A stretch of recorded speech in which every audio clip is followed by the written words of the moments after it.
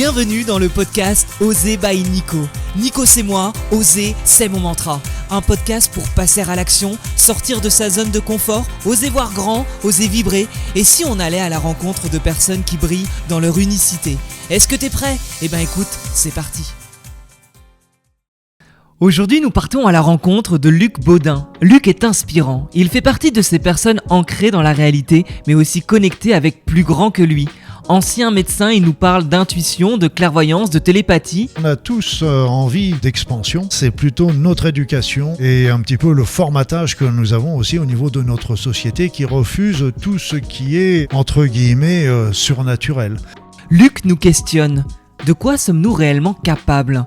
Tu vas voir, le parcours de Luc est incroyable. Des études de médecine, un tour du monde, auteur de nombreux livres, passionné d'énergétique. Avec un parcours aussi divers et riche en apprentissage, Luc nous donne les clés pour vivre une vie plus épanouie, plus alignée. L'alignement n'est jamais un état permanent. Et justement, j'aime beaucoup cette approche de l'impermanence de la vie, du changement tout simplement. Ma vie, c'est un long virage, tantôt à droite, tantôt à gauche, etc. C'est comme ça, il y a toujours des tournants, des choses, des modifications. C'est ça ce qui nous est demandé. Et oui, si la vie n'était pas une ligne droite, mais un chemin vers le bonheur, Luc nous donne ses conseils sur la méditation, la méthode hawaïenne Ho'oponopono, tu vas voir, c'est très intéressant, et aussi le fameux chemin de vie. Le chemin de vie n'est pas forcément un métier. Ça, il faut bien le comprendre. Alors si c'est pas un métier, c'est quoi? Luc Baudin nous donne 2 conseils pour trouver notre chemin de vie. Tu l'as compris, c'est une interview dense mais passionnante qui t'attend là. N'hésite pas à suivre l'Instagram Oser by Nico pour suivre les pépites de cette interview en vidéo et laisse 5 étoiles sur ta plateforme d'écoute afin de soutenir ce podcast et améliorer son référencement. Salut Luc, Monsieur Luc Baudin qui est avec moi aujourd'hui. Comment vas-tu? Comment te sens-tu en cette journée de novembre? Cette journée de novembre, c'est un beau temps de novembre avec de la pluie, avec des belles feuilles de toutes les couleurs, des petits rayons de soleil de temps en temps. La pluie qu'on a tellement pleuré pendant tant de temps, Eh bien elle nous arrive et donc tout va bien. Ben parfait, moi je suis ravi de t'avoir aujourd'hui pour cette interview. T'es quelqu'un que je connaissais pas vraiment ces derniers temps. Je t'ai découvert au Salon Zen à Paris. J'ai vu que t'avais une communauté très grande et sur scène tu m'as clairement inspiré. Ça, faut dire ce qui est. T'as vraiment eu en tout cas une aura qui se dégage et j'ai été transporté par ta présentation. Et donc merci d'avoir accepté cette interview. Est-ce que tu pourrais déjà te présenter en une petite minute? Qui es-tu, Luc? On va faire très court parce que j'aime pas trop m'étendre. Je suis Luc Baudin, j'ai exercé la médecine pendant 25 ans, j'ai un diplôme en cancérologie clinique qui me donne pas le titre de cancérologue mais une capacité en cancérologie. Je suis spécialiste en médecine naturelle, en soins énergétiques et puis je suis auteur et conférencier. Ouais, voilà. C'est déjà pas mal, hein. Ça, y a de quoi. On s'occupe. Ouais. On va revenir sur ton parcours un petit peu plus tard parce que vraiment t'as un parcours hyper intéressant où t'es vraiment parti de quelque chose qui à mon sens est très cartésien à quelque chose de plus spirituel. On verra comment t'as fait ce changement-là. Mais déjà avant, je voulais te parler de ton livre là que t'as sorti, Développer vos talents subtils. Pour ceux qui voient la vidéo sur YouTube, le voici. Et c'est vrai qu'il y a quelque chose, tu le dis au tout début de ton livre et j'ai adoré. Tu dis, vous êtes comme des processeurs d'une voiture de sport qui ne roulerait qu'à 10 km/h parce que vous ne connaissez pas les potentiels de votre véhicule et que vous ne savez pas passer à la vitesse supérieure. Est-ce que tu as le sentiment que les gens ne connaissent pas leur potentiel comme ils devraient le connaître? C'est exact. Et d'ailleurs, quand j'ai écrit ce livre, j'ai parlé entre autres de la télépathie et plein d'autres éléments subtils. Et en même temps est apparu un journal officiel qui a pignon sur rue et qui disait textuellement la télépathie, ça n'existe pas. Et alors qu'il y a des expériences qui ont été faites partout dans le monde et en fait, c'est ce genre d'informations qui nous casse. Parce que d'un seul coup on n'y croit pas, on n'y croit plus et alors qu'il y a eu des expériences qui ont été faites sur tous ces talents, la télépathie, sur la téléportation, sur la vision à distance, la télékinésie, etc. Tout ça, il y a des preuves à qui veut bien les voir. Ouais, et est-ce que tout ça n'est pas aussi une sorte de croyance? Est-ce que ce n'est pas l'être humain qui se limite finalement à rentrer dans une sorte de case à un moment donné et qui fait qu'il se limite dans ses possibilités? Je pense qu'on a tous envie d'expansion et justement c'est plutôt notre éducation et un petit peu le formatage que nous avons aussi au niveau de notre société qui refuse tout ce qui est entre guillemets surnaturel. Et je crois que c'était Saint-Augustin qui disait le surnaturel n'est qu'un naturel que nous n'expliquons pas encore. Ouais. Tout simplement. Ouais. Et alors que la version officielle dit quelque chose, les recherches secrètes, parce que moi j'avais des amis il y a déjà bien longtemps qui étaient des médecins qui revenaient du Vietnam à l'époque, qui était encore une colonie, et ils avaient travaillé au CNRS et ils avaient fait des travaux, ils racontaient tous les travaux extraordinaires qui avaient été faits par l'armée pour justement tous ces talents et les comprendre. La télépathie a été utilisée par exemple au moment de la guerre froide parce qu'au moment d'une guerre on coupe les communications, c'est la première visée. Et puis donc ils s'étaient dit, c'était les Russes surtout, ils s'étaient dit ce qu'on va faire c'est qu'on va utiliser des jumeaux. Parce que les jumeaux ont des dons de télépathie entre eux, comme un peu les mères et les enfants, etc. Et donc, ils mettaient un jumeau à terre et l'autre jumeau qui montait sur un sous-marin atomique et ils transmettaient comme ça. Il y avait plein d'expériences, donc c'est passionnant. Ouais. Et le tout, c'est de les comprendre, en tout cas, et d'essayer de s'entraîner. Mais tu le dis d'ailleurs dans le livre aussi.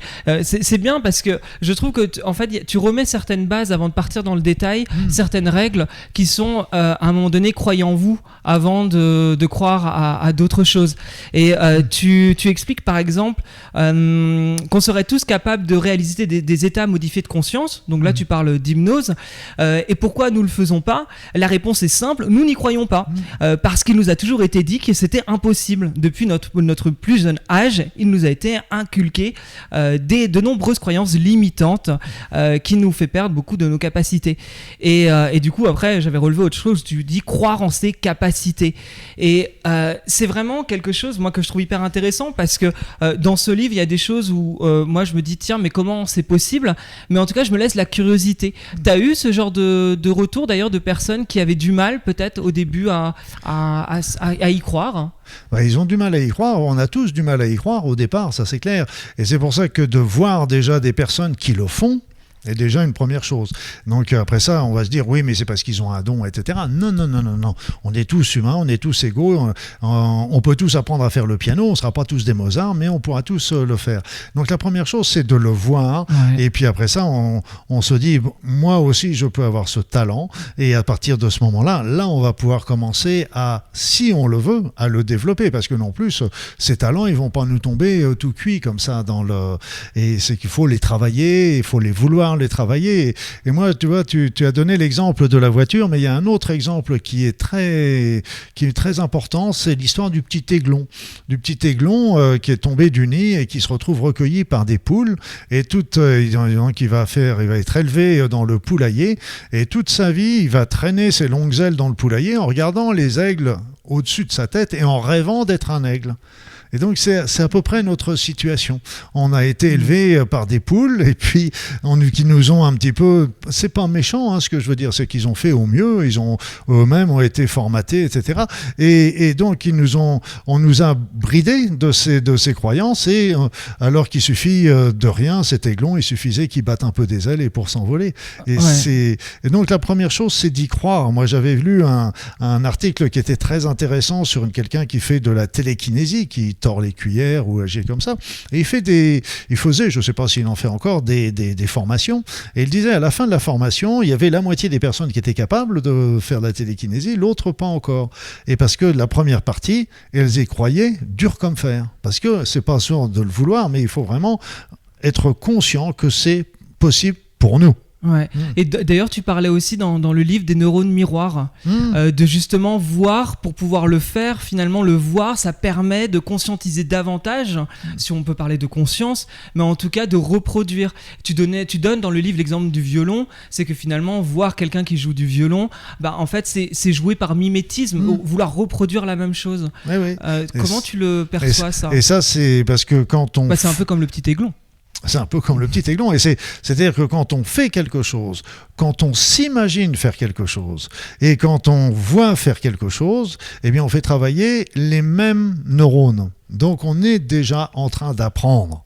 Donc c'est pour ça que c'est si important c'est un peu comme les langues, simplement si on a une langue étrangère, déjà si on baigne dans le pays, on va entendre la langue, etc. Donc ça va déjà être beaucoup plus simple que pour l'apprendre.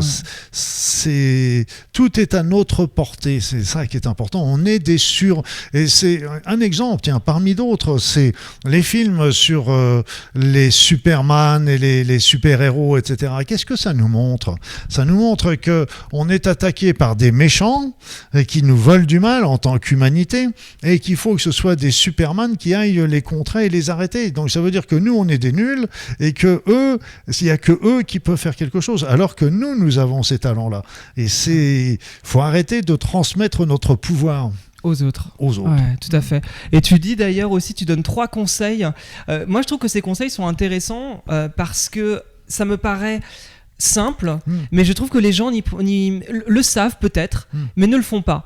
Et tu dis pratiquer le plus possible. Je pense que dans n'importe quel domaine dans lequel on veut réussir, pratiquer c'est essentiel. Tu dis voir quelqu'un exécuter ce talent devant soi, donc le neurone miroir, ça effectivement pareil, et s'imaginer pratiquant ce talent ou l'activité, il est bien d'ajouter se voir pratiquer avec aisance et succès. Et on est dans la visualisation, et à quel point la visualisation a quelque chose d'incroyable dans nos vies. Moi j'en suis assez convaincu, donc je te pose la question. La visualisation, normalement, parce qu'on peut se visualiser dans tous les états, positifs et négatifs, c'est évident, c'est le phénomène du stress d'ailleurs, on se visualise dans le stress, c'est ce qui nous fait stresser d'ailleurs, on visualise dans le stress une situation, on va être complètement débordé, alors que c'est nous qui envoyons cette pensée négative, et l'inverse, c'est vrai, c'est que il y avait eu une expérience qui avait été faite, je crois, sur des basketteurs, et l'équipe avait été séparée en 3, une partie qui ne faisait pas d'entraînement, l'autre partie qui faisait l'entraînement habituel, le troisième partie faisait des visualisations en se voyant mettre des paniers. Et qui est-ce qui a mis le plus de paniers après? C'est les personnes qui ont fait la visualisation parce qu'ils étaient gagnants. Et ça, c'est important. Quand on le fait soi-même, on se dit oui, peut-être bien que ça va marcher, peut-être bien que oui, peut-être bien que non. Mais quand on est la visualisation, on est sûr que ça va marcher. Et c'est très très important parce que pour tous les domaines de sa vie, et que c'est comment se voit-on pour demain? Comment s'imagine-t-on pour demain? On est en train de semer des graines aujourd'hui pour ce qu'on sera demain. Et ça, c'est très important à le comprendre. Alors, on n'est pas des super-héros, c'est vrai, du moins on en jachère, mais on a des talents, on a des capacités, il faut arrêter de se focaliser sur tout le négatif qu'on peut avoir. On a des défauts, oui, mais on a les qualités des défauts aussi, il ne faut pas l'oublier non plus. Et puis, les défauts sont toujours que très relatifs, et puis s'ils sont vraiment pas relatifs, on va essayer de les améliorer dans notre vie, c'est notre rôle de cette vie. Donc, voilà. Dans ce que tu dis, tu vois, c'est intéressant parce qu'il y a toujours ce côté où, moi j'ai ce côté où, si tu veux, on est le résultat de nos choix passés. Et c'est vraiment ça. Si on visualise quelque chose de négatif, forcément, notre futur sera négatif. Mais c'est à partir du moment où on est vraiment dans une visualisation créatrice et de succès, on peut arriver à ce succès. Non pas sans travail, et tu le dis bien aussi, c'est en pratiquant. Les choses n'arrivent pas en claquant des doigts. C'est pas comme d'apprendre le piano, quand on apprend des échecs, on va apprendre tout ça. On va pas être on va pas faire des grandes parties. Moi, quand j'ai commencé à jouer des échecs, on faisait des parties qui duraient très peu, très, et à la fin, c'était des parties avec les amis qui duraient des heures parce qu'on était. Donc c'est à nous de développer ces talents, de le vouloir, mais c'est pour ça qu'il y a beaucoup de talents. Dans le livre, j'en décris pas mal. Ce qu'il faut, c'est vouloir déjà s'en dire, ok, je vais travailler sur ce talent, un à la fois. Et c'est pour ça que de voir, tu disais, ça fait travailler les neurones miroirs, mais ça fait plus que ça, c'est qu'on voit que c'est possible. Parce que quand on parle de tordre les cuillères, la plupart des gens se rappellent de Uri Geller qui aurait soi-disant montré que c'était un trucage, etc.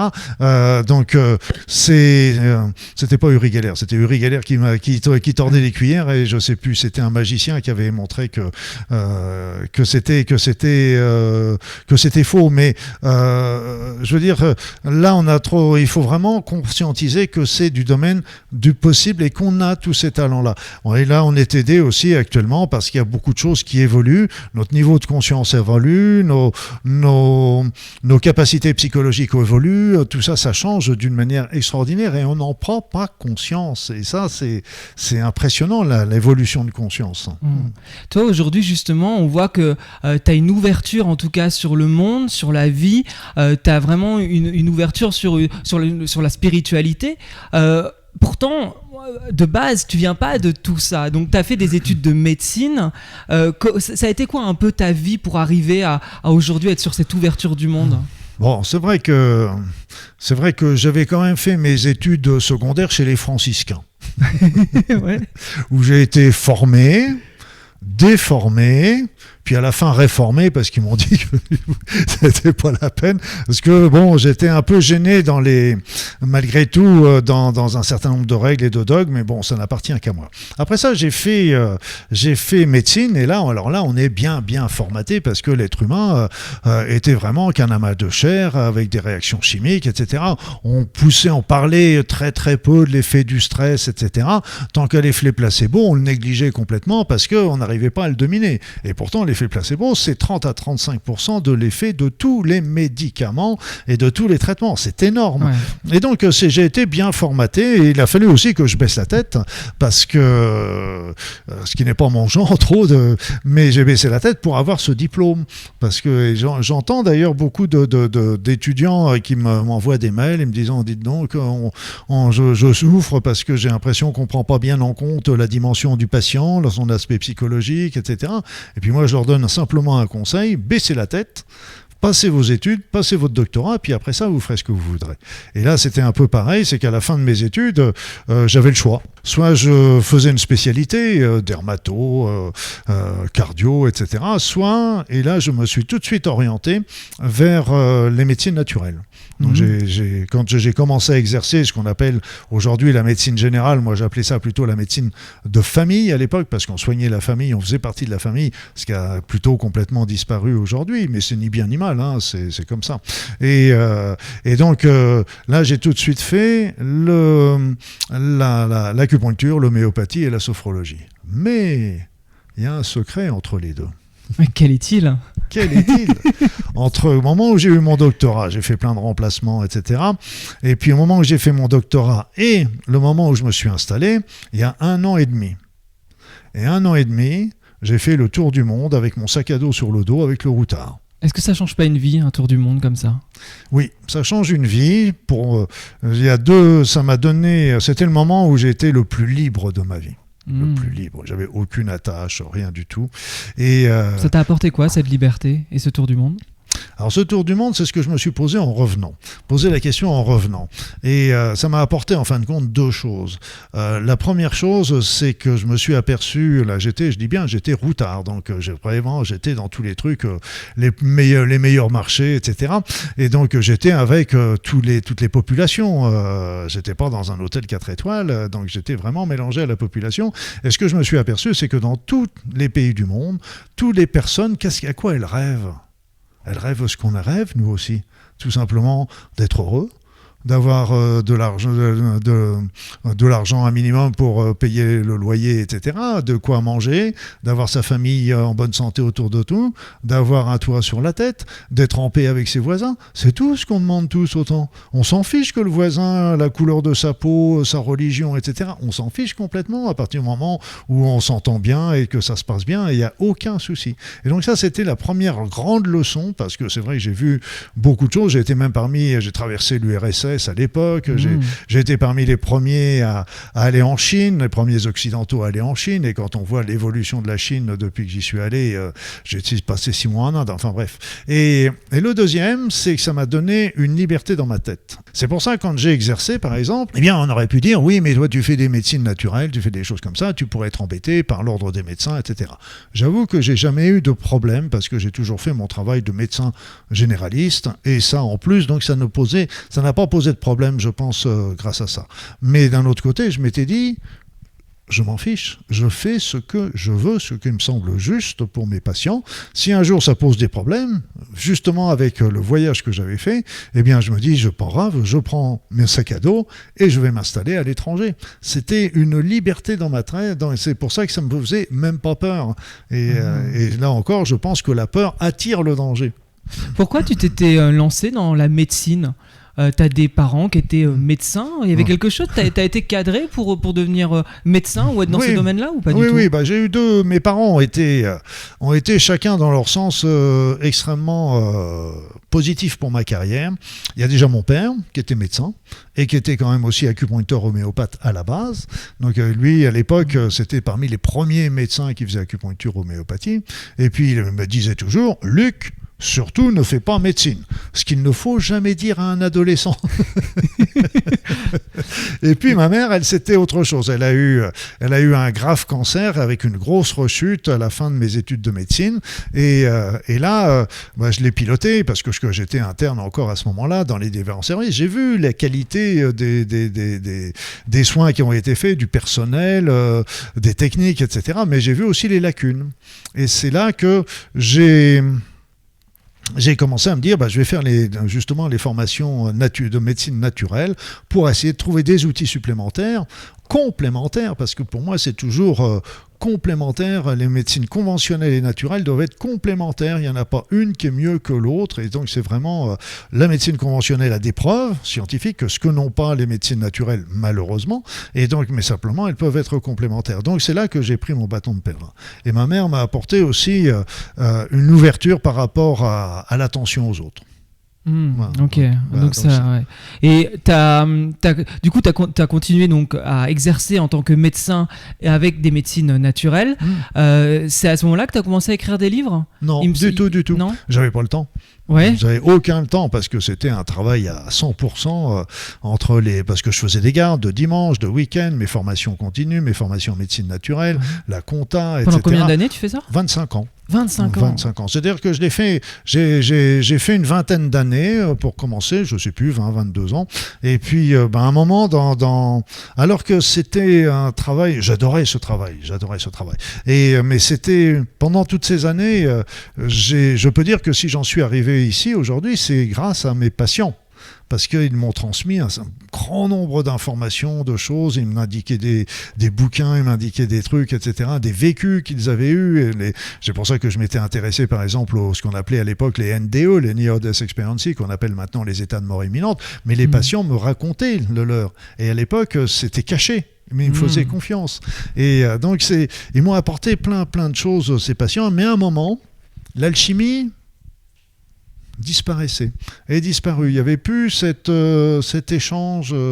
Les patients ont changé, la médecine a changé, l'ordinateur est arrivé donc c'est devenu de plus en plus technique et d'un seul coup, je me suis plus reconnu dans la médecine. Est-ce que tu n'étais plus aligné justement ? On peut parler d'alignement. J'étais plus aligné ou ce qu'on me demandait de faire ne correspondait plus. Ouais. Parce qu'on avait des références médicales opposables qu'il fallait dire que quand il y avait un patient qui avait telle maladie, on se devait lui donner tel ou tel médicament, etc. Et moi qui donnais des médecines naturelles, et puis en plus, je me rappelle, j'avais une patiente pharmacienne, elle me dit, Docteur Baudin, ne vous tracassez pas, tous les médicaments qui sont déremboursés, eh bien, c'est ceux que vous prescrivez.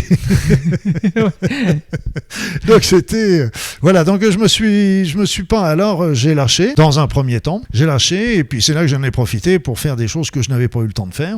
Donc, c'est là que j'ai commencé à faire une mission humanitaire au Tibet. C'est là que j'ai été faire ma formation en cancérologie. Voilà, et c'est là que j'ai commencé à écrire mon premier bouquin sur le cancer, et qui faisait 700 pages. Juste ça. Petit livre. Je ne sais pas pourquoi livre de plage, l'été. Je sais pas pourquoi il n'y a eu aucun éditeur qui l'a pris. Alors après ça, je l'ai ressorti, mais en petits morceaux, je dirais fractionnés. Là, j'en ai ressorti un autre sur le cancer, mais c'est une synthèse. Là, il fait pas 700 pages, il doit faire 200 ou 250 pages. Mais donc, j'ai commencé à refaire des choses qui me plaisaient. Et puis, quand même, la médecine me manquait parce que, voilà. Et je me rappelle, j'avais eu un accident qui m'a beaucoup arrêté dans mes activités que j'étais fait à ce moment-là. Et c'est là, d'ailleurs, avec mon plâtre, que j'ai commencé à écrire ce premier bouquin. Qu'est-ce que ça veut dire quand un accident comme ça qui nous arrête dans notre vie? Ah bah c'est très simple. Il y avait un signe? Ah bah évidemment. Évidemment, c'est que, et je peux dire merci à cet accident.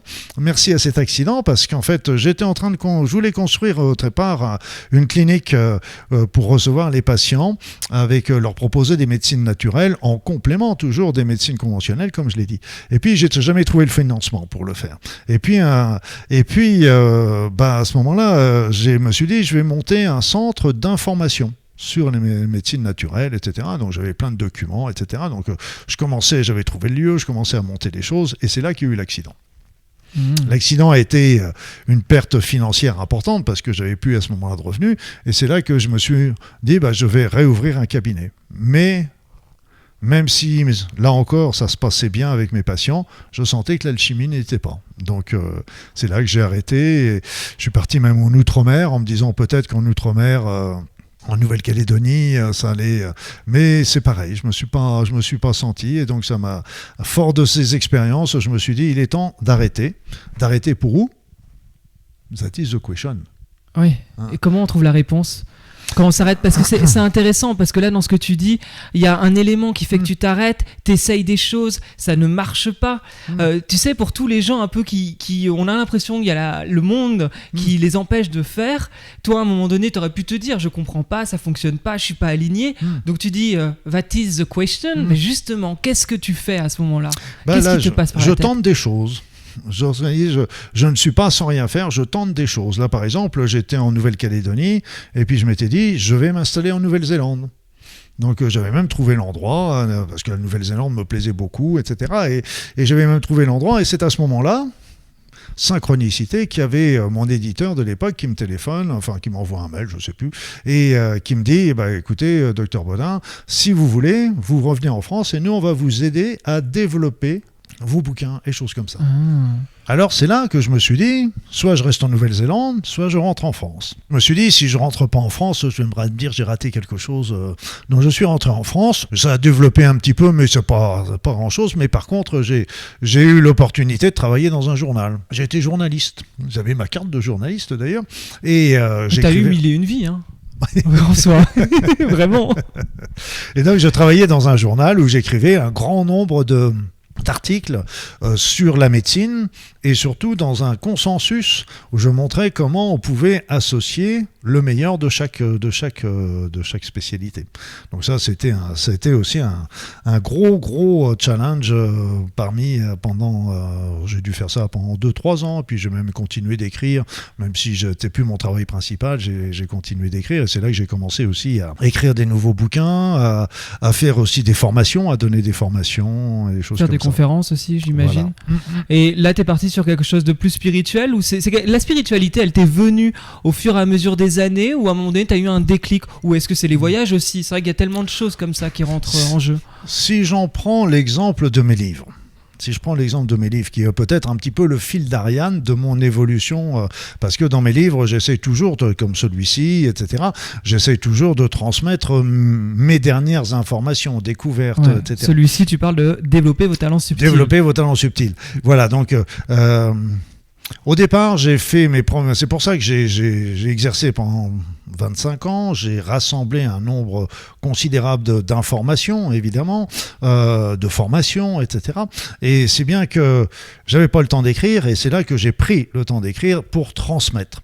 Comme je disais tout à l'heure, au début, je voulais créer un centre, et puis à un moment, comme ça ne se faisait pas, j'ai eu un message, et c'est rigolo, ça m'est arrivé en anglais, c'est do it yourself, faites-le vous-même. C'est-à-dire qu'au lieu de faire un centre où on va faire les choses pour les patients, eh bien mon idée était plutôt de transmettre des outils aux personnes pour qu'elles le fassent elles-mêmes. Et donc c'est là, les premiers bouquins ont été plutôt médico-médicales, mais avec les médecines conventionnelles et les médecines naturelles, en particulier sur les maladies difficiles comme le cancer.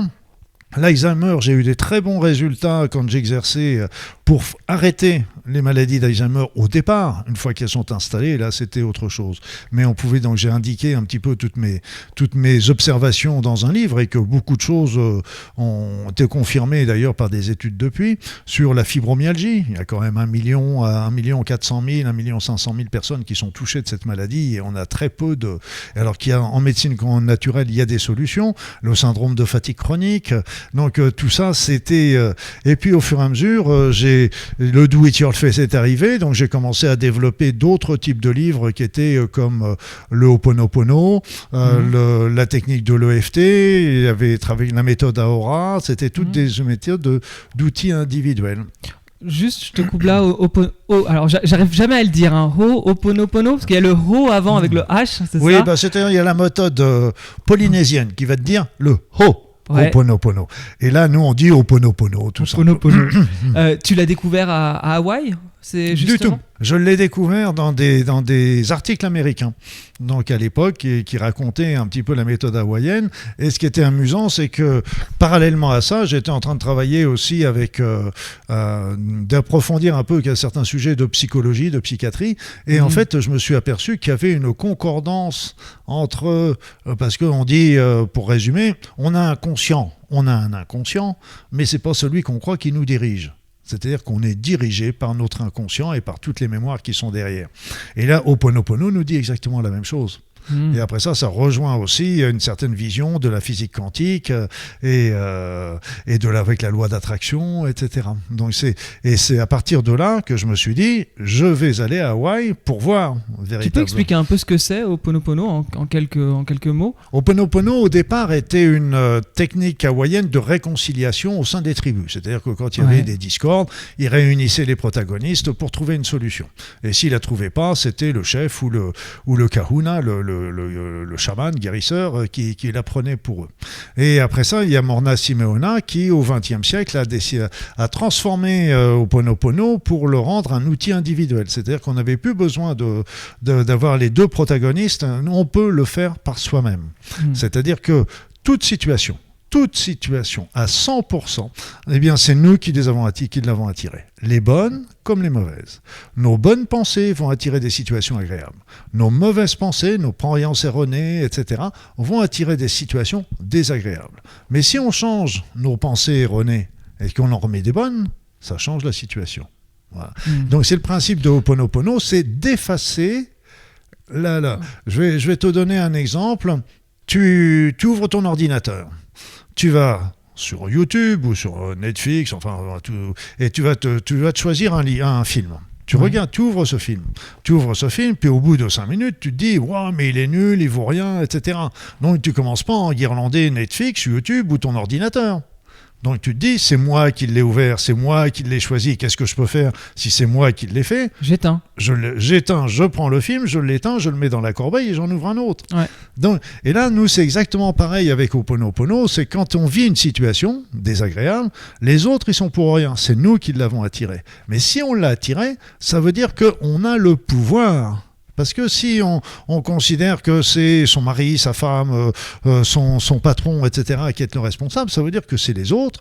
Et si ce sont les autres, eh bien à ce moment-là, nous, on n'a plus qu'à attendre leur bon vouloir pour changer. Tandis que là, on se dit non, c'est moi qui l'ai fait. Donc si c'est moi qui l'ai fait, je peux le changer. Et avec Ho'oponopono, on efface les mémoires erronées. Et ce qui est génial, c'est qu'on n'a pas besoin de connaître les mémoires erronées pour les effacer. Quand je dis ça à mes copains psychologues et psychiatres, ils font des bons mots comme ça, parce que pour eux, c'est complètement anachronique. Et à ce moment-là, qu'est-ce qui va se passer? C'est qu'il va se passer deux phénomènes possibles, l'un ou l'autre. Soit la situation va changer, soit nous allons changer notre regard sur la situation, si bien que la situation ne sera plus conflictuelle. Voilà. Alors tu vois, pour cette méthode-là, moi dans le podcast, il y a une question de Tata Jacqueline. C'est la question de Tata Jacqueline. Et c'est vrai qu'elle savait que je te recevais, et puis elle m'a dit ah bah tiens, justement par rapport à cette méthode de responsabilisation, elle a une question parce qu'elle dit bah monsieur docteur Baudin, vous êtes gentil, mais enfin moi quand mon mari m'a trompé, à un moment donné j'y étais pour rien et c'était de sa faute et c'était lui, etc., etc. Et elle dit donc toutes les méthodes comme celle-ci ou même d'autres méthodes de prendre le pouvoir sur sa vie, justement, bah moi je n'y arrive pas et c'est de la faute des autres. Qu'est-ce que tu pourrais répondre aux personnes comme Tata Jacqueline? Et je comprends tout à fait Tata Jacqueline. Je comprends tout à fait Tata Jacqueline, mais ça n'empêche que c'est faux. C'est que, bien sûr, l'autre, son mari l'a trompé. Son mari est responsable de cette situation-là. On est d'accord. Mais ça n'empêche que c'est elle qui a attiré cette situation-là dans sa vie. Donc, ce qu'il faut bien comprendre, c'est que le mari a fait ça. Après ça, on parle de faute ou choses comme ça, mais ça, c'est pas. Je rentrerai pas dans ce débat-là parce que ça devient trop compliqué. Mais ça n'empêche que, moi, je donne un exemple. Il y avait du même genre, une femme que je connaissais qui était mariée. Après quelques années de mariage, son mari s'est mis à la taper. Divorce. Quelques temps plus tard, elle retrouve un autre homme, elle refait sa vie, un autre homme différent, mais quelques années plus tard, il se met à la taper elle aussi.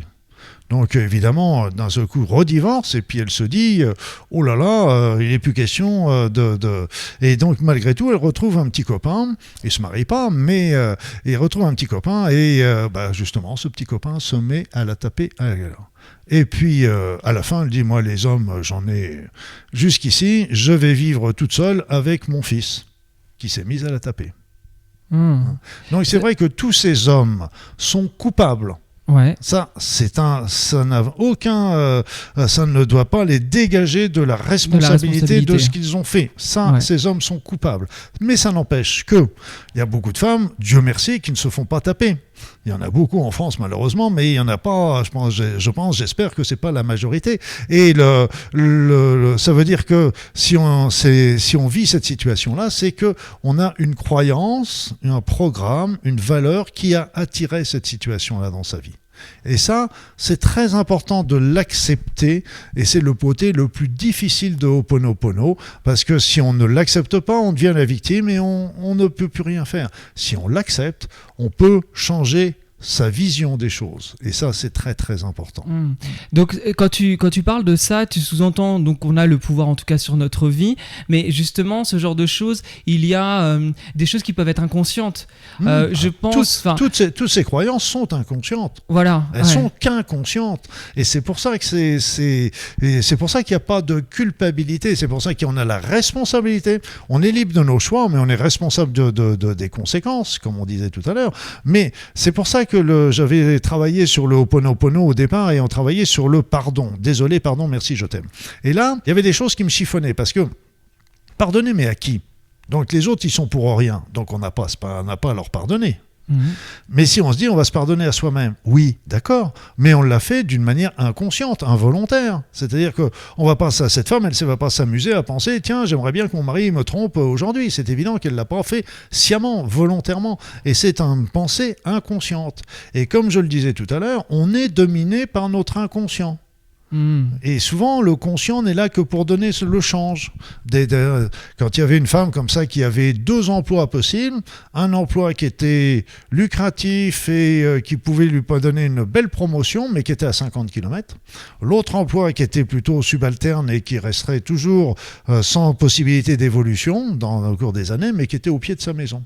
Et elle a décidé de choisir celui qui était au pied de sa maison. Parce qu'elle s'est dit, c'est pratique, je suis juste à côté, j'ai pas besoin de voiture, il n'y a pas besoin de trajet, etc. Oui, ça c'est le conscient qui lui dit ça. Mais inconsciemment, il y avait un autre programme, un programme important, qui avait été inculqué depuis sa tendre enfance, qui lui disait qu'elle était nulle et qu'elle n'arriverait jamais à rien.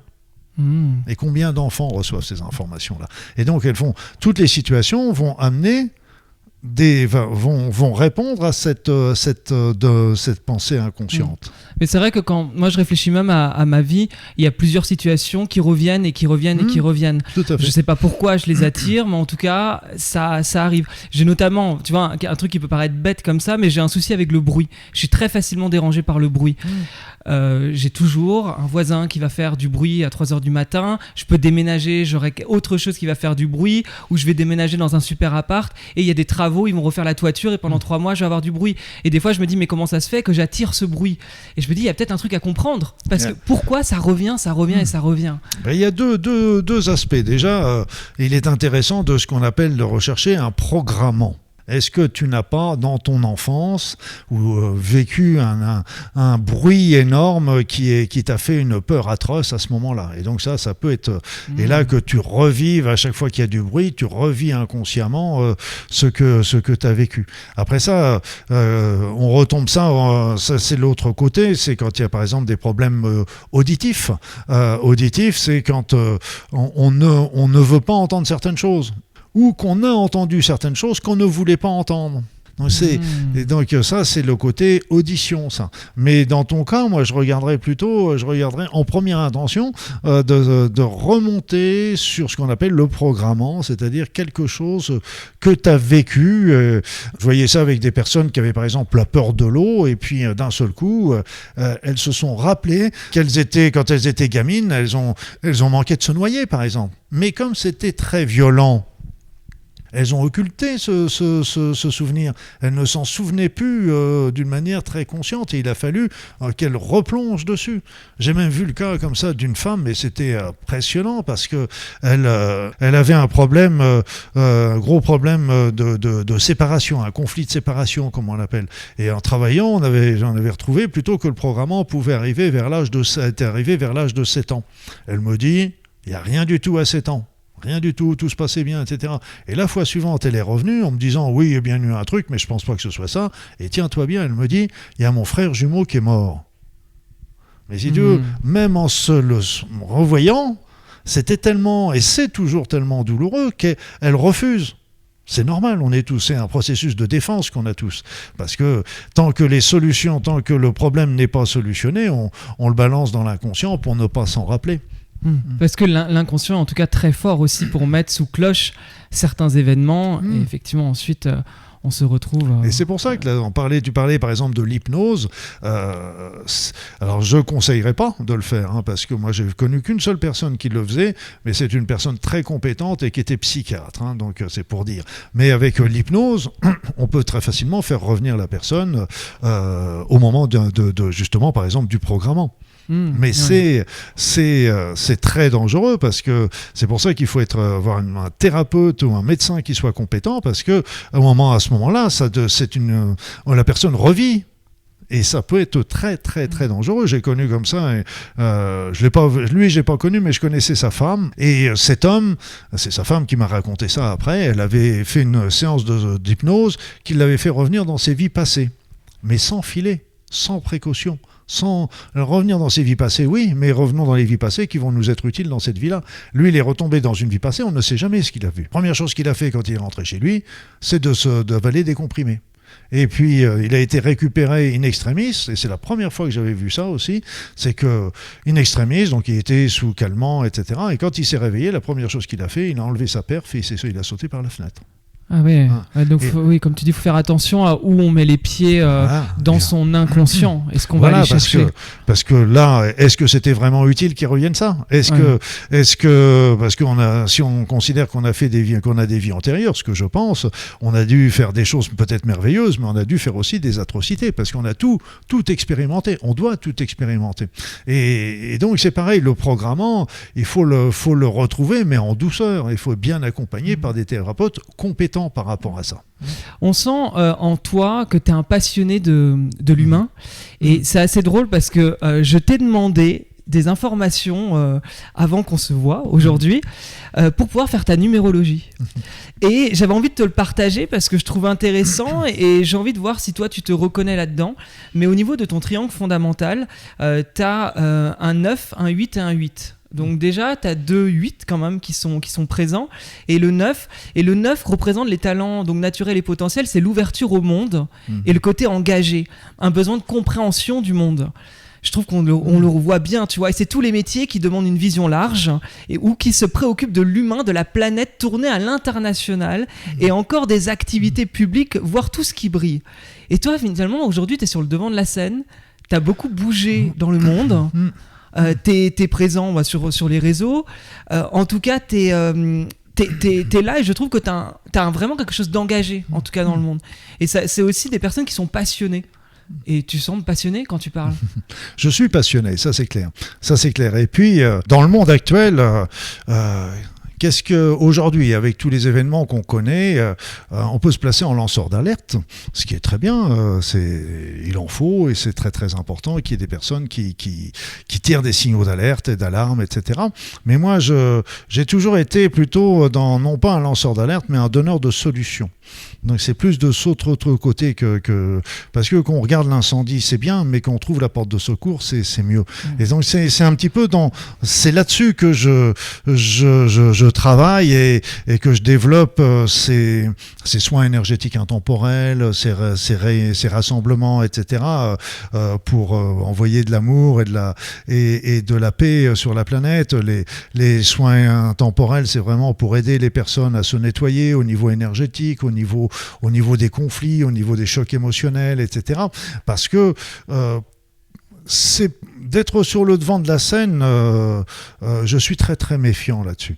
Parce que l'ego est très très facile donc je suis très méfiant. C'est pour ça que je d'ailleurs été à m'habiter dans un endroit reculé pour éviter un petit peu ça et l'idée, je dis toujours, c'est pas moi qui est important, c'est le message que je passe. Mais ça va tout à fait avec la suite parce qu'en fait il y a le numéro 8 qui rentre en jeu et là c'est la combativité, un côté bâtisseur, un besoin de réalisation avec beaucoup d'énergie, un architecte d'idées et de projets.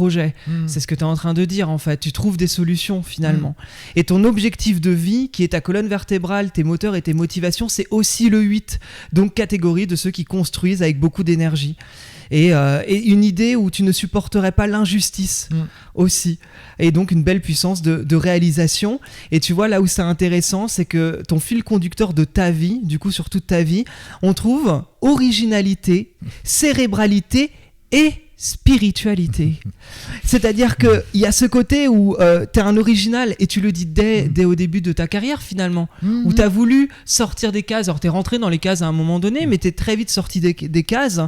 T'as un côté cérébral, je pense, naturel de par ton cursus, et en même temps t'as la spiritualité aujourd'hui. Et je trouve que c'est assez fou parce que ta numérologie, je sais pas si tu te sens aligné dans ta vie, mais en tout cas, si on suit ce que dit la numérologie, tu sembles l'être.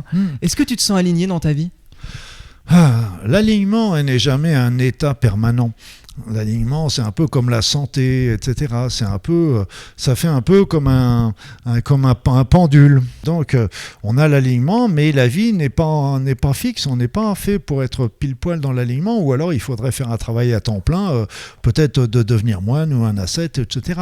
Peut-être, je dis bien, parce que il y a aussi des pensées, même dans ces cas-là.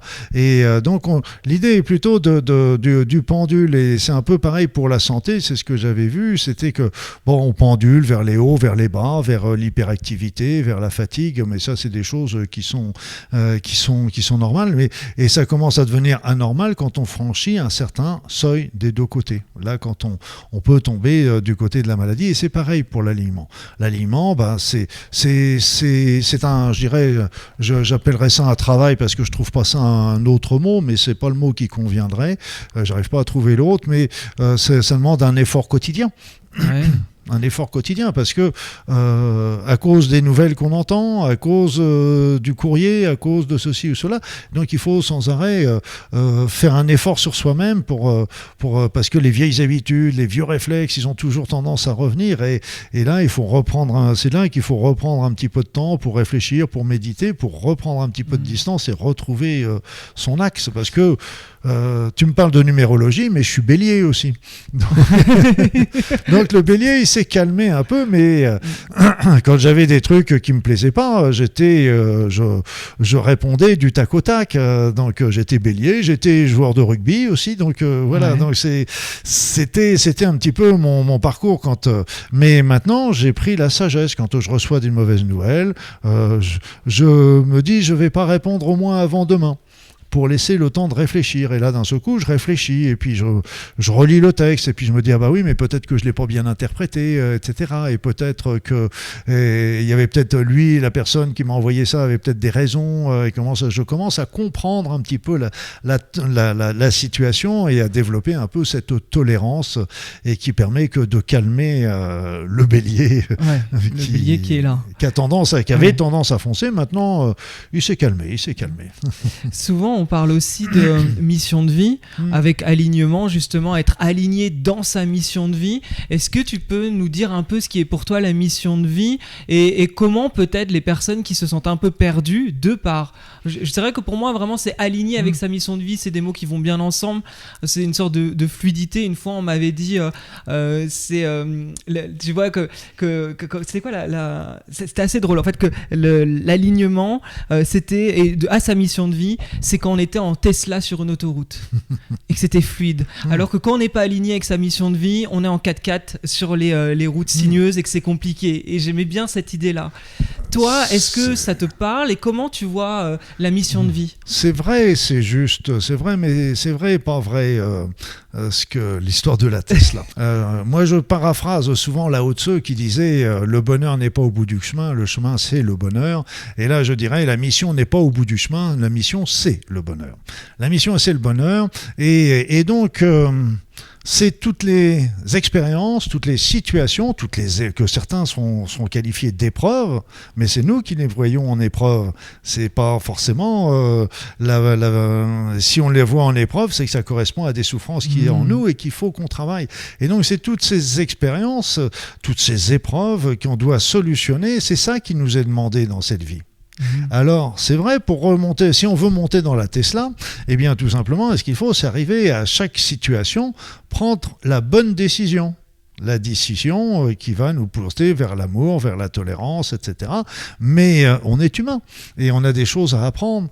Et je me pose souvent la question de me dire, ok, on est là pour apprendre, mais quelles sont les leçons qui vont être les plus entendues, comprises, enracinées ? Est-ce que on prend une solution et ça se passe bien ? Oui, bon, on est content, oui, c'est bien, etc. Mais si on prend une solution et que ça se passe mal, là, on souffre. Là, on comprend, mais à la dure école de la vie.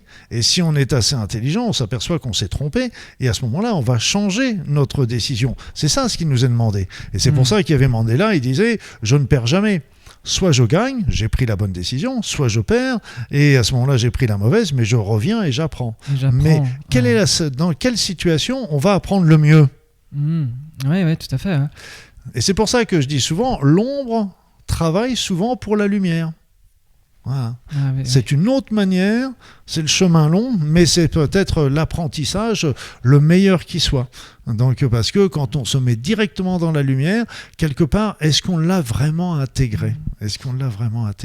Mais si on fait toute notre vie en répondant à la lumière, là, on est dans la ligne droite et ça roule tout droit. Là, par contre, notre vie, plutôt, elle est chaotique. On a des hauts, on a des bas. Et c'est pour ça, quand je vois ma vie, c'est un long virage. Tantôt à droite, tantôt à gauche, etc. Et c'est comme ça. Il y a toujours des tournants, des choses, des modifications. Et c'est ça ce qui nous est demandé. Est-ce que pour prendre des décisions, tu fais appel et tu écoutes ton intuition ? Ah, toujours. Toujours. Comment on écoute son intuition ? Mon intuition, mon ressenti. Ouais. Aussi.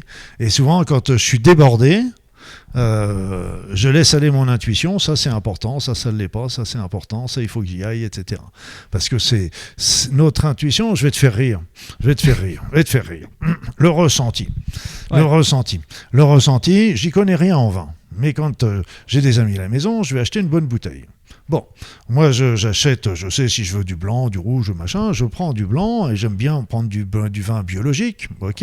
Et puis, donc j'ai 3 bouteilles de blanc biologique. Laquelle choisir ? Je n'y connais pas grand-chose. Qu'est-ce que je fais ? Je prends la première bouteille sur moi et j'écoute mon corps. D'un seul coup, pof, oh, je sens la vésicule qui me chatouille. Là, je veux dire, si je prends cette bouteille, problème de digestion. La deuxième, je la prends, oh, je sens un serrement dans la tête. Oh, demain, gueule de bois. Troisième, je la prends, puis je me sens calme, détendu, relaxé. Et là, je lui dis, bah tiens, toi, ma chérie, je vais t'emmener avec moi parce que tu as gagné. Et c'est, notre corps réagit immédiatement.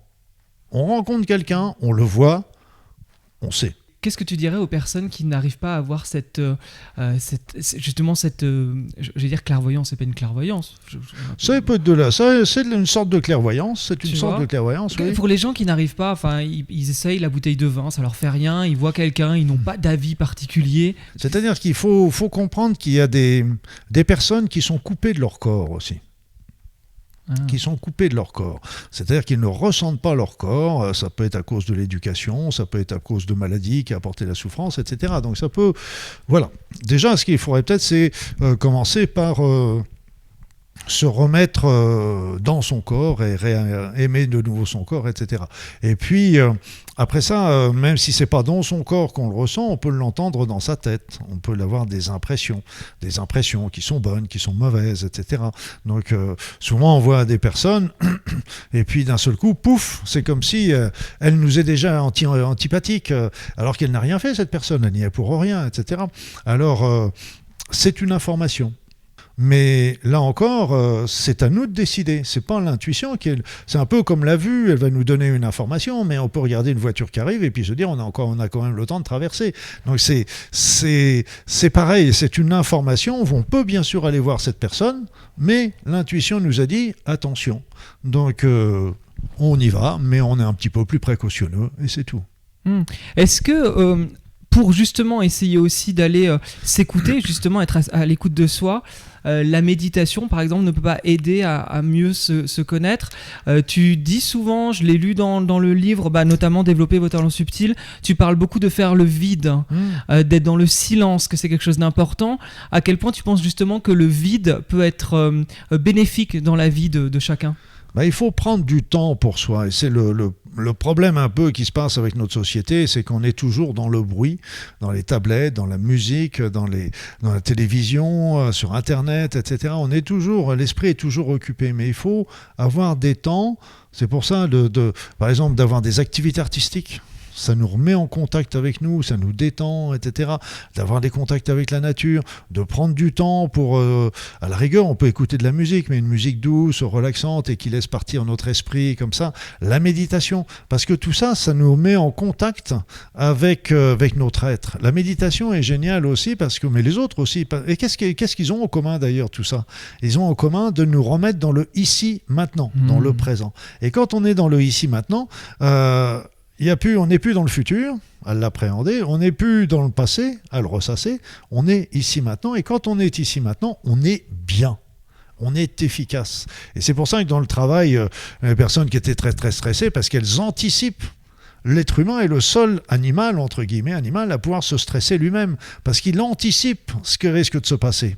Mais c'est de l'anticipation, on ne sait pas ce qui va se passer.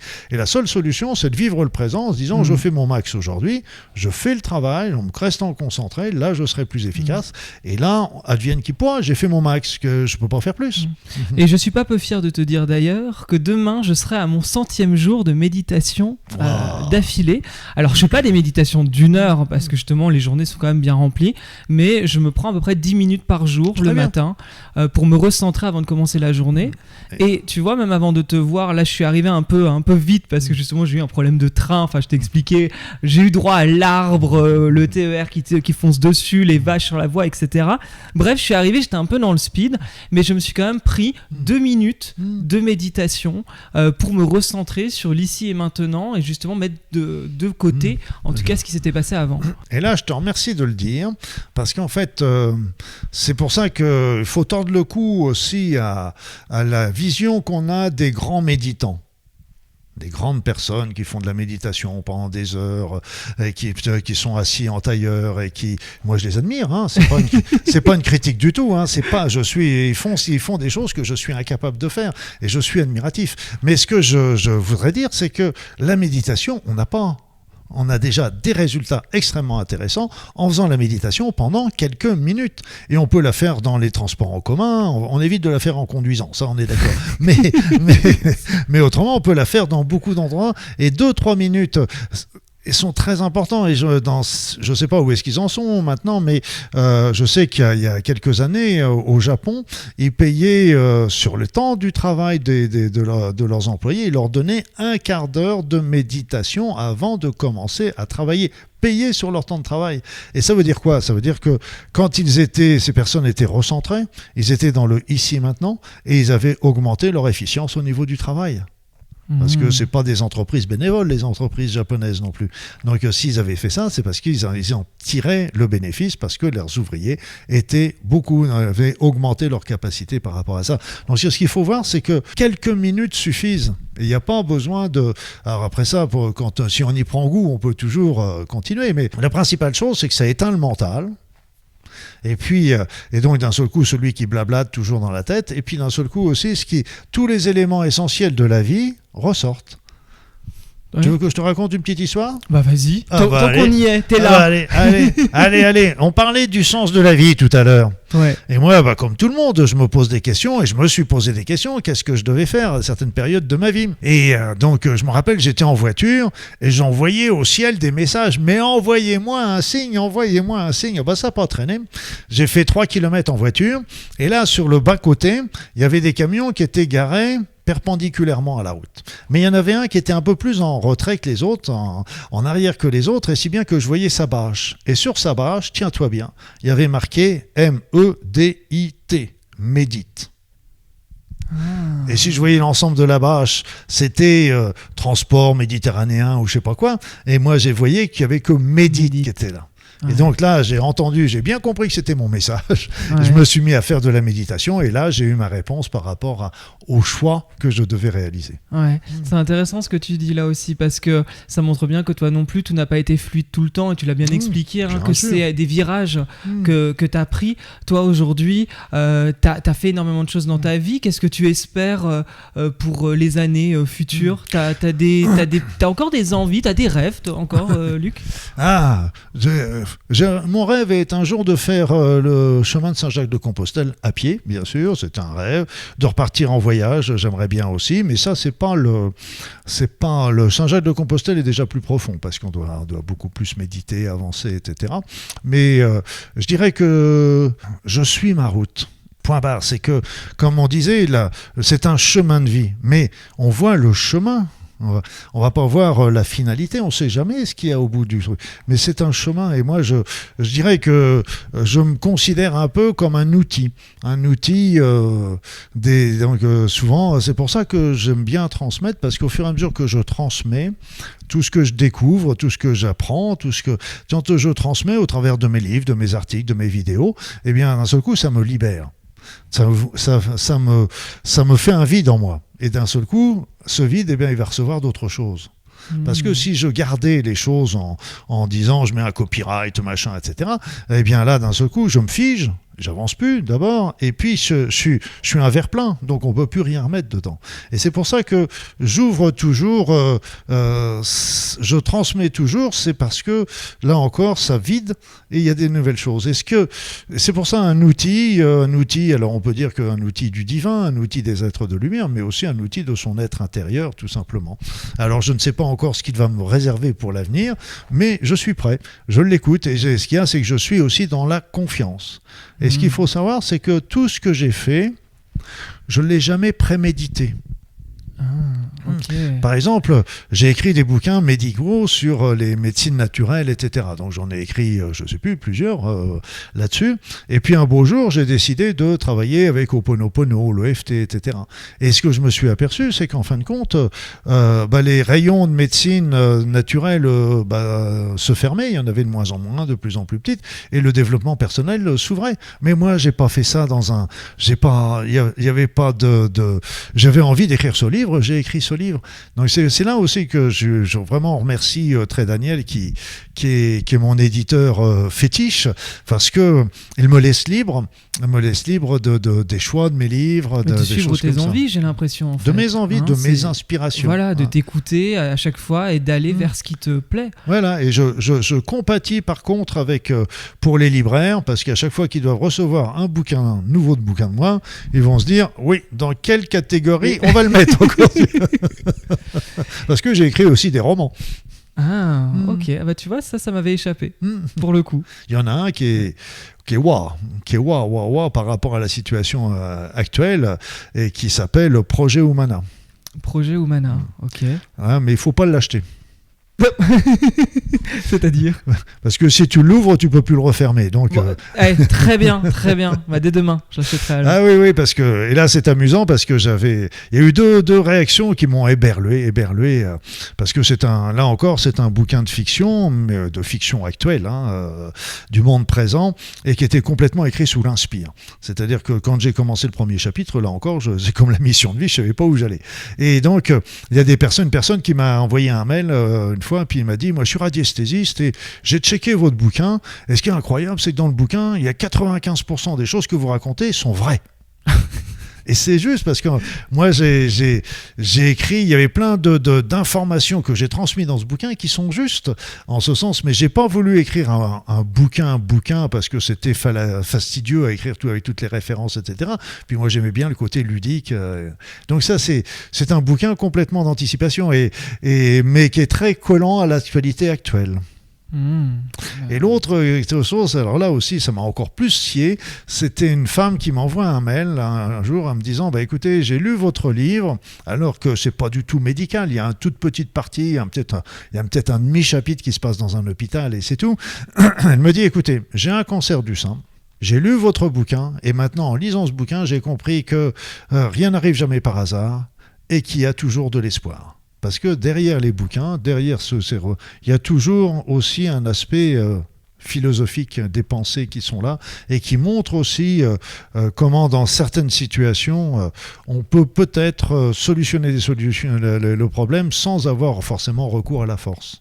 Ok, c'est intéressant. Voilà, donc c'est parce que de dire ça dans les articles, etc., c'est bien, mais de le mettre en situation, je dirais quelque part, est aussi intéressant. Donc, voilà, mais enfin, ce que je dis toujours, c'est si les lecteurs prennent autant de plaisir pour le lire que moi de l'écrire, tout va très bien. Ouais.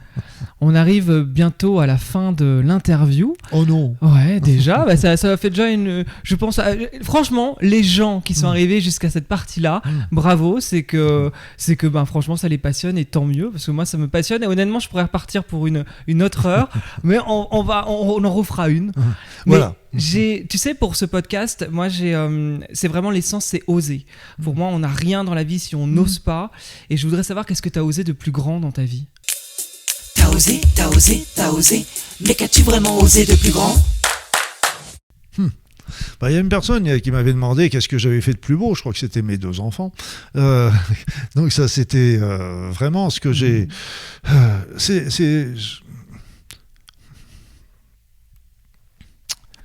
J'ai jamais eu peur.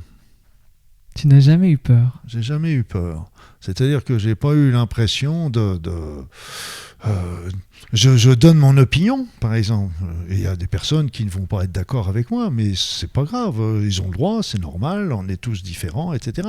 Mais j'ai pas peur même si des fois une opinion, des remarques, ce que j'accepte, c'est les opinions différentes, mais constructives. Par contre, les critiques stériles, ça n'a aucun intérêt, je dirais, quelque part. Mais par contre, des opinions, des gens qui me disent « Ah oui, vous voyez ça comme ça, moi j'aurais vu ça comme ci », là, c'est constructif. Et c'est vrai que, quelque part, j'ai toujours été dans la confiance. Et j'ai beau me creuser la tête sur ce que tu me dis, même quand j'ai fait le pas d'arrêter, etc. Bien sûr, il y avait une certaine appréhension parce que je savais pas trop où j'allais, ce que j'allais faire, etc. Mais c'était pas une peur paralysante. Est-ce que finalement, c'est pas oser être authentique ? Oui, parce que j'étais, comme tu disais tout à l'heure, je pense que j'étais aligné. Aligné, tout simplement. Et ce qu'il faut, c'est pas vouloir non plus bousculer les choses. C'est-à-dire que le fait d'arrêter mon exercice, d'abord j'ai recommencé 2 fois avant de me dire vraiment c'est pas ma voie, parce que j'aimais bien ce métier aussi. Et il faut pas bousculer les choses, c'est-à-dire qu'il faut les laisser mûrir. Les choses montent, chauffent, s'évolent, et à un moment, ça devient une évidence. Et ce que je voulais dire aussi par rapport à la mission de vie, moi, j'appelle pas ça la mission de vie, j'appelle ça le chemin de vie, parce que ça me paraît plus juste. Ce qu'il faut bien comprendre, tiens, j'en ai perdu le fil là, de ce que je voulais dire. C'est dommage, c'était intéressant. Oui, ça avait l'air. On parlait d'oser, t'étais aligné. Oui, t'étais aligné. Bon, j'étais aligné. Oui, dans ce chemin de vie, on ne voit jamais le bout, donc on voit les premières étapes. Et c'est quand on travaille, par exemple, la technique avec l'enfant intérieur que je montre dans les soins énergétiques. On nous donne pas la finalité, on nous demande on nous montre la direction.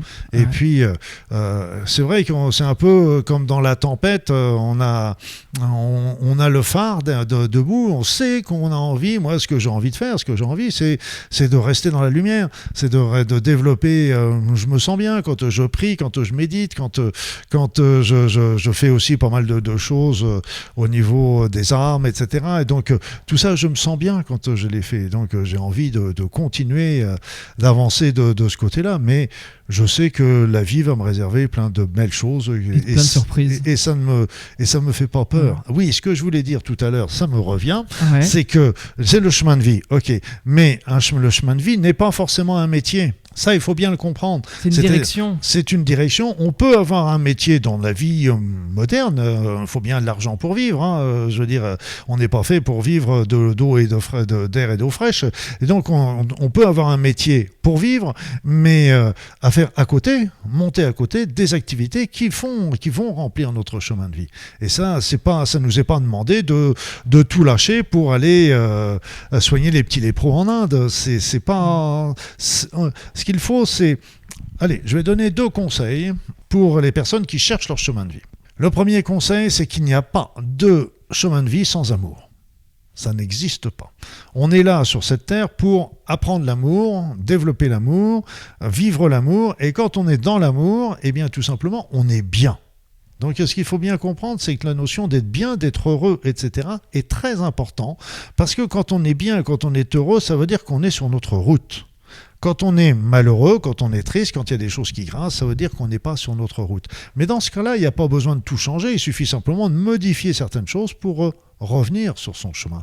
Il n'y a pas besoin de tout casser, de tout transformer. On fait le point un petit peu pour savoir ce qui nous pèse et on essaye de le soulager, de le supprimer, et puis on fait le point. Et ça, c'est le deuxième élément, c'est que quand on est sur son chemin de vie, je disais, on est bien et on est heureux. Donc, quand vous avez des choix à faire, eh bien, choisissez toujours prenez toujours les décisions dans l'amour. Vous verrez que ça deviendra très très simple à prendre des décisions. Deuxièmement, choisissez toujours le chemin qui vous rendra heureux, heureuse. Parce que quand on n'est pas heureux, heureuse, on n'est pas sur son chemin de vie. On n'est pas fait pour vivre dans la souffrance. D'ailleurs, moi je dis toujours en plaisantant, la bonne preuve, c'est pourquoi on n'est pas fait pour vivre dans la souffrance. Eh ben parce que ça fait mal. C'est logique. C'est logique. Moi, quand on voyait ça en médecine, vous voyez, on a une douleur quelque part, on bouge pas, on n'a plus mal. On commence à forcer sur le bras, etc. On commence à avoir mal. Mais la douleur, elle est là pour nous avertir qu'on est en train de faire trop et de dire repose-toi. Ouais. Donc là, la souffrance dans la vie, c'est la même chose. Elle est là pour nous dire attention, t'es pas sur ta route. Et donc on est mal. Et par contre, quand on est dans l'amour, la compassion, le partage, la compréhension, etc., on est bien. Donc c'est très basique, mais c'est très simple pour trouver son chemin de vie. Et donc c'est pour ça qu'il doit choisissez et puis regardez les activités où vous êtes bien, que vous aimeriez développer parce que vous êtes bien. Et là, ça vous donne le fil d'Ariane. Ouais. Allez-y, just do it. Franchement, ça fait...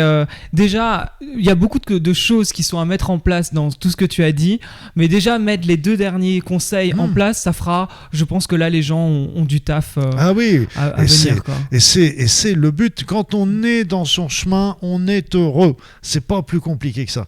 Et tout ce qui nous rend malheureux, il faut absolument changer. Il y a des choses à changer, c'est tout. Où est-ce qu'on peut te retrouver ?